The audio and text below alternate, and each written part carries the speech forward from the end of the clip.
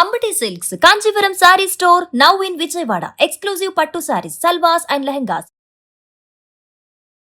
నమస్తే, welcome to Suman TV. నేను పద్మిని. ప్రస్తుతంతో పాటు ప్రముఖ ఆధ్యాత్మికవేత్త, సూర్యోపాసకులు, sun spiritual society founder Vikramaditya గారు మనతో పాటు ఉన్నారు. మాట్లాడదాం. సార్ నమస్తే. సార్ సూర్యోస్మి తల్లి. సార్, ఈ సంవత్సరంలో వస్తున్నటువంటి మొదటి అమావాస్య చైత్ర అమావాస్య చాలా బ్యూటిఫుల్ గా శుక్రవారం వస్తుంది. బ్యూటిఫుల్. మరి ఎట్లా వినియోగించుకోవచ్చు? మేషంలో శుక్రుడు కదా, విషయంలో శుక్రుడు కూడా ఉన్నాడు. ఎవరితో కలిసి ఉన్నాడు? సూర్యుడితో. సూర్యుడితో కలిస్తే ఇంకేముంది, కలిపేసుకుంటాడు కదా. కలిపేసుకుంటాడు అంటే బాగా దగ్గరగా ఉంటే ఇబ్బంది, కానీ లేకపోతే డిగ్రీస్ వైజ్ గా దూరంగానే ఉన్నారు. బట్ దెన్ శుక్రవారం లక్ష్మీదేవికి ప్రియమైనటువంటి వారం కాబట్టి శుక్రవారం అమావాస్యని మరి ఎలా వినియోగించుకోవచ్చు? గురువారం సాయంత్రం మొదలవుతోంది, శుక్రవారం సాయంత్రం 5:31 వెళ్ళిపోతుంది. మరి రాత్రిపూట అమావాస్య ఘడియ ఉన్నటువంటి ఆ సమయంలో ప్రత్యేకంగా గనక మనం ఏదైనా ఆరాధన చేసుకుంటే లక్ష్మీదేవి అనుగ్రహాన్ని పొందుతామా? ఏ రోజు రాత్రి ఉంది? గురువారం. అది కూడా లక్ష్మీప్రదమే కదా గురువు అనుగ్రహం. రాక్షసుల గురువు, దేవతల గురువు, అంతే తేడా. కానీ ఇద్దరు కూడా గురువులే కాబట్టి, శుభులే కాబట్టి మనకు అంతా మంచిగా చేస్తారు, శుభం. కరెక్ట్. అంటే సహజంగా మనం పితృశాంతికి అమావాస్యను ఎక్కువగా వాడతాం. అంటే పితృశాంతి అంటే మనకి జన్మనిచ్చినటువంటి పితరులు ఒకటి పక్కన పెడితే పితృగణం అని ఒకటి ఉంటుంది కదా, ఆ గణాలని తృప్తిపరచడం. అంటే ఒరిజినల్గా ఏంటంటే యజ్ఞయాగాది క్రతువులు జరగాలి సహజంగా. అంటే దేవతాలోకంలో ఉన్నటువంటి పితృగణాలకి జరిగేటువంటి శాంతి మనకి పర్యావరణ రక్షణని ఇస్తుంది. ఇప్పుడు చూడండి, మనం చేసిన పొరపాట్లే. ఎండలు ఎలా ఉన్నాయి, ఇంకా మనకి మే నెల రాలా. ఎలా ఉంటుంది సార్ మే? అంటే మే ఒక రకంగా, అంటే నేను కోరుకుంటున్నాను కొంచెం శాంతించాలి, ఇంత తట్టుకోలేము నాన్నగారు, మా వల్ల కాదు అని కొంచెం చెప్తారా? కొంచెం ఆయనకి నేనే శాంతింపజేయడానికి ప్రయత్నం. నేను రేపు ఎలాగో హోమం చేస్తాం కాబట్టి ఆ రోజు ఆయనకి శాంతింపజేయడానికి గలిజేరు చూర్ణంతో ఆయనకి నివేదన చేస్తున్నాను. తెల్ల గలిజేరు, పెద్దపల్లేరు కూడా. అంటే ప్రకృతి వైపరీత్యాల్లో తుఫాన్ ఆపాం, అది వైపరీత్యమే. ఇప్పుడు ఈ తీక్షణతను కూడా తగ్గించమని అడుగుతాను. అంటే నేను ఒక్కడిని సరిపోదు, నా ప్రయత్నం నేను చేస్తాను. నేను ఉన్న చోట అన్నా కొంచెం శాంతించాలి. మనం హైదరాబాద్లో ఉంటాం, హైదరాబాద్ బాగుంటుంది. అంటే నేనున్న వాతావరణం ఎప్పుడు కూడా బాగానే ఉంటుంది. ఇప్పుడు నేను అనపర్తిలో చేశాను. అనపర్తిలో అంటే తూర్పుగోదావరి, లాస్ట్ ఇయర్ అంతా కూడా ఎక్కువ హోమాలు చేశాను అక్కడ. పెద్దగా ఆ తూర్పుగోదావరి ఆ పరిసరాల్లో మా అనపర్తి అంటే 50 కిలోమీటర్ల రేడియేషన్లో పెద్ద ఇబ్బందులు లేవు.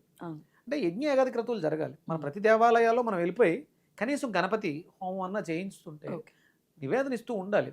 అంటే ఏదో మనం దీపం పెట్టేస్తే కలిసి వస్తుంది, దీపం పెట్టితే నాకు కలిసి వస్తుంది, కానీ మనం ప్రకృతికి ఏదైనా చెయ్యాలి. అందుకని కంపల్సరీ మనకు ఉన్నటువంటి దేవాలయాల్లో హోమాలు చేయించడం ద్వారా మాత్రమే అది సాధ్యం అవుతుంది. ఏదో ఇంట్లో దీపం పెడితే, ఉప్పు దీపం పెడితే మంచిది, అది పెడితే మంచిది, ఇది చాలా రకాలు చెప్పేస్తున్నారు. అవి వ్యక్తిగతంగా, వ్యవస్థాగతంగా నువ్వేమీ చేయలేనప్పుడు వ్యక్తిగతంగా నువ్వు ఏమీ చేసినా వాటి ఫలితాలు పెద్దగా నీకేం ఉండదు. అంటే వ్యక్తిగతంగా కొంత అభివృద్ధి చెందిన తర్వాత ఇంకాస్త మీరు అన్నట్టుగా కంపల్సరీ చెయ్యాలి. అందరూ కూడా ముందు అసలు వ్యక్తిగా కన్నా వ్యవస్థాగతంగానే చేయాలమ్మా. ముందు మన దేవాలయాన్ని మనం సంరక్షించుకుని దేవాలయంలో జరిగిన కార్యక్రమాల వల్లే బాగుంటాం. అందుకని నేను ఒక్కడే బాగుండాలంటే అవసరమే. ఇది దేవాలయంలో చేసామంటే ఇక్కడ మన హిందూ సాంప్రదాయంలో సామూహికం. మీకు నేను గణపతి చెప్పా, గుడట్టు గణపతి గురించి మాట్లాడాం. గణపతి అంటేనే సామూహికం, ఒక్కడు కాదు ఆయన. సామూహికంగా చేస్తే మాత్రమే మూలాధారం యాక్టివ్ అవుతుంది. ఒక్కళ్ళగా చేస్తే పెద్దగా ఉపయోగం ఏమి ఉండదు. మనం ఇంట్లో పెట్టుకు దీపం కానీ, ఇంట్లో చేసే పూజ కానీ మనది లేదు అసలు. మనదంతా కూడా దేవాలయ సాంప్రదాయమే. సామూహికంగా కూర్చుని భజనలు చేయటం కానీ, హోమాలు చేయటం కానీ, వ్రతాలు చేయటం కానీ, ఇవన్నీ కూడా సామూహికమే. అప్పుడు వ్యక్తిగతంగా మీరు బాగుంటారు. నేను బాగుండాలి, ఇంట్లో చేసుకుంటే మంచిది, ఓకే. కానీ అది కాదు అని చెప్పేసనే మనకి గణపతి నవరాత్రుల్లో బయటకు తీసుకొచ్చారు, దేవీ నవరాత్రుల్లో బయటకు తీసుకొచ్చారు. అందుకని ఏంటంటే మన దేవాలయాల్లో జరగాలి కార్యక్రమాలు. అందుకని ఇవి మీరు రెగ్యులర్గా చేయగలిగితే, అంటే మన దేవాలయాల్లో అమావాస్య పౌర్ణమికి హోమాలు చేయగలిగితే అందరం బాగుంటాం. మన దగ్గరలో కావాలని గుడి కట్టేస్తున్నాం కదా, ఏదో ఒక పేరుతో గుడి కట్టేస్తున్నాం. ఆ గుడిలో యజ్ఞగుండం ఉండాలి, అక్కడ యజ్ఞం జరగాలి, అది చేయండి. ఇక మీరు బాగుండడానికి యజ్ఞం చేయాలి. ఏ యజ్ఞం అంటే జపయజ్ఞం అన్నాడు అని భగవద్గీతలో శ్రీకృష్ణ పరమాత్మ జపయజ్ఞోష్మి అన్నాడు ఆయన. అందుకని ఒక మంత్రం చెప్తాను, అదే లక్ష్మీ అనుగ్రహం కోసం. అలాగే మనం ఎలాగో దానాల గురించి మాట్లాడతాం. ఉమ్.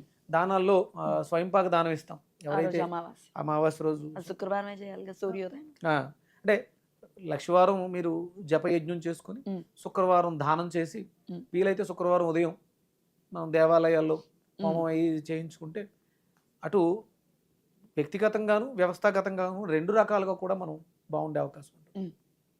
మరి మంత్రం ఏంటి? మంత్రం అంటే లక్ష్మీ సూక్తం నుంచి మనం ఒక మంత్రాన్ని 108 సార్లు చేయగలిగితే ఉమ్. అద్భుతమైనటువంటి ఫలితాలు చూస్తాం. ఉమ్. సూక్తాలు వేదం నుంచి తీయబడినాయి, ఎందుకంటే వాటికి అనుమానం లేదు, 100% మీకు ఫలితాలు ఇస్తాయి. యా, చెప్దాం చెప్పండి. మీకు.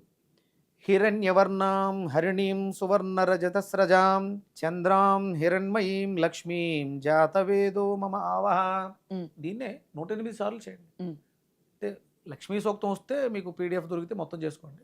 దీన్ని మాత్రమే 108 సార్లు చేయండి. ఒక్కొక్క మంత్రాన్ని పట్టుకుని మనకంటే నోటుకు వచ్చేయాలి, అది సిద్ధి పొందేయాలి. ఉమ్. ఒకసారి సిద్ధి పొందేస్తే మళ్ళీ వచ్చే చైత్ర అమావాస్యకి మళ్ళీ ఏం చేయాలని మీరు ఏం అడగక్కర్ల, లోపల ఉంది ఆల్రెడీ, మీరు చేస్తారు. ఉమ్. అది ఆటోమేటిక్గా స్ఫురణకు వస్తుంది. ఉమ్. నేర్చుకోవడానికి లక్ష్య చేయాలి, వచ్చేసిన తర్వాత ఒకసారి చేస్తే కూడా అలా వచ్చేస్తుంది. ఉమ్. ఓకే. దాని సిద్ధిని పొందేస్తే ఒకసారి కంప్యూటరు స్విచ్ ఆన్ చేయడం అండ్ లోపలికి ఎంటర్ అవడం నేర్చేసుకున్నాం. ప్రతిసారి మళ్ళీ C++ అక్కర్లేదు కదా. అంటే కష్టం వచ్చింది వస్తుంది అనగానే ఇలా చిటికేస్తే ఉమ్. ఆ మంత్రం లోపల ఓపెన్ చేస్తుంది, మీకు కావాల్సినవి ఇచ్చేస్తుంది. ఉమ్. అంటే వేదానికి ఉన్నటువంటి గొప్పది అది. ఉమ్. ఇప్పుడు నేర్చేసుకున్నాను వేదం, నేను మళ్ళీ ఫస్ట్ నుంచి వ్యాకరణం శిక్ష అష్టాధ్యాయం నేర్చుకోకర్లే. ఏదైనా మంత్రం ఇస్తే డీకోడ్ చేసి దాంట్లో ఉన్నటువంటి సారాన్ని పట్టుకుని ఏదో ఒక మూలికను పట్టుకుని హోమం చేస్తే ఆ ఫలితం రిజల్ట్స్ వచ్చేస్తాయి. రైట్. అలా. సో 108 సార్లు చేస్తే సరిపోతుంది. సరిపోతుంది. గురువారం రాత్రి చేయండి. గురువారం రాత్రి చేయండి, శుక్రవారం ఉదయం చేయండి, శుక్రవారం సాయంత్రం చేయండి. ఉమ్. 3 సార్లు చేయండి, ఫలితం అద్భుతంగా ఉంటుంది. అది ఏమిస్తుందో అనేది మీరు చెప్పాలి మీరు పొందిన తర్వాత. ఉమ్. ఇది వస్తుంది కాదు, లక్ష్మి గురువు అనుగ్రహం, రాక్షసుల గురువు దేవతల గురువు కూడా మనల్ని అనుగ్రహిస్తారు. ఖచ్చితంగా. ఇటు నియమాలు ఏమైనా ఉంటాయి అంటే సూతకంలో ఉన్న వాళ్ళు చదువుకోవచ్చా? అందరూ చదవండి అమ్మా. సూతకం అంటే ఇప్పుడు 10 రోజులు 11 రోజులు అనేది ఆ 11 రోజులు చేయకూడదు, కానీ 11 రోజుల తర్వాత ఏ ఇబ్బంది లేదు. సూతకాలు ఇవన్నీ కూడా మనసుకు సంబంధించి శరీరానికి సంబంధించి ఆయన శరీరం విడిచిపెట్టి వెళ్ళిపెట్టి ఇది చేసేది ఈ పుణ్యకాలం, ఈ చైత్రమాసం. మళ్ళీ సంవత్సరం రాక రాదు కదా. అవును. నామస్మరణ చేసుకోవడానికి ఇబ్బంది ఏముందమ్మా? ఇబ్బంది ఏం లేదు. అదర్వైజ్ అమావాస్య, మరి అమావాస్య రోజు నాన్ వెజ్ తింటారా? తినకూడదు, తినకూడదు. అసలు సమస్య లేదు. మామూలుగా తినేస్తారా? అంటే అసలు మాంసాహారమే మానవుడికి నిషిద్ధం ఫస్ట్. ఇప్పుడు ఉన్నటువంటి సకల దరిద్రాలకి కారణం మానవులు మాంసాహారులు అధికంగా అవటం. అంటే అంటే శాకాహారులకి కష్టాలు రావట్లేదంటే వాళ్ళు చేసే వేరే పొరపాట్లు వేరే. ఇక్కడ మాంసాహారులకు పొరపాటు కష్టాలు వస్తున్నాయా, శాకాహారులకు వస్తున్నాయి కదా కష్టాలు వస్తున్నాయి మానవులకి అంటే నేను చేసే పొరపాట్ల వల్ల. కొంతమంది మనం చూసుకోవాల్సింది ఏంటంటే మనం ఏం తింటున్నాం. మంత్రం నాకు ఉచ్చారణ బాగా రావాలి. ఇప్పుడు నేనేం వేదం ఇప్పుడు నేర్చుకుంటున్నాను, ఇంతకు ముందు కాదు కదా. ఇంతకు ముందు ఉచ్చారణ ఇప్పటికీ ఉచ్చారణకి తేడా ఏంటి అంటే సాధనలో ఉన్నాను మరింత. అంటే వాటి అర్థాలు కూడా తెలుస్తున్నాయి. ఇంతకుముందు పలకగలిగేవాడిని, ఇప్పుడు దాని అర్థాన్ని కూడా చెప్పగలుగుతున్నాను. అది అంటే మాంసాహారం ఎందుకు తినకూడదు అనడానికి అమావాస్య పూట అయితే అసలు ఏ పూట తినకూడదు.